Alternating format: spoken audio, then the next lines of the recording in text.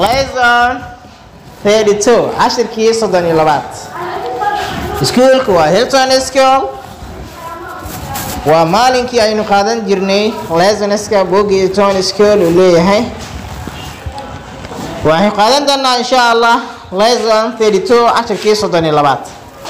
topic waa mawduuc about ku saabsan beggars tuugsadayaasha dawarsadayaasha. inta maxaa la yiraahdaa tuugsada ama dawarsada waa beggars. begging tuugsigu is a common practice waa dhaqan caan ah ama good ah. is a common practice waa dhaqan caan ku ah in our country wadankeena. tuugsigu waxaa la yiri waa dhaqan caan ku ah anagu wadankeena. you can see waad ku arki kartaa. you can see waad arki kartaa wherever meel waliba you go adigu aad arki doontaa. waxaad arkaysaa marka beggars dawarsadayaasha begging people dadka tuugsanaya. waxaad arkaysaa meel walba aad tagto tuugsadayaasha oo dadka tuugsanaya. some beggars qaar ka mid ah dawarsadayaashu are helpless waa kuwa aanan lahayn caawimaad dara ayaa haysa iyagu.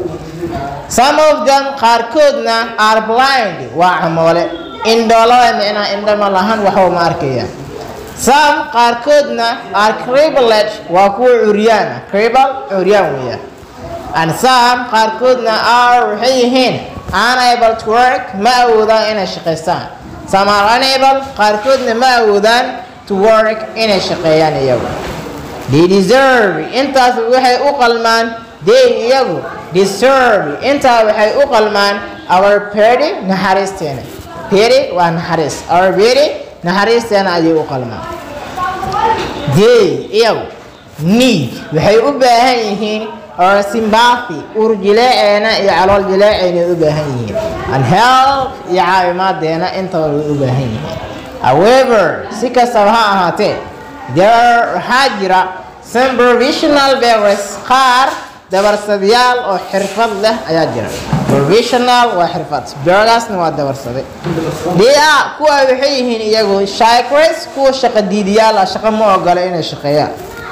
they do not do work shaqo ma qabtaan iyagu. they do not do work shaqo ma qabtaan. but laakiin siday ku nool yihiin marka deesan shaqo qabanaynin ee shaqo diidayaan.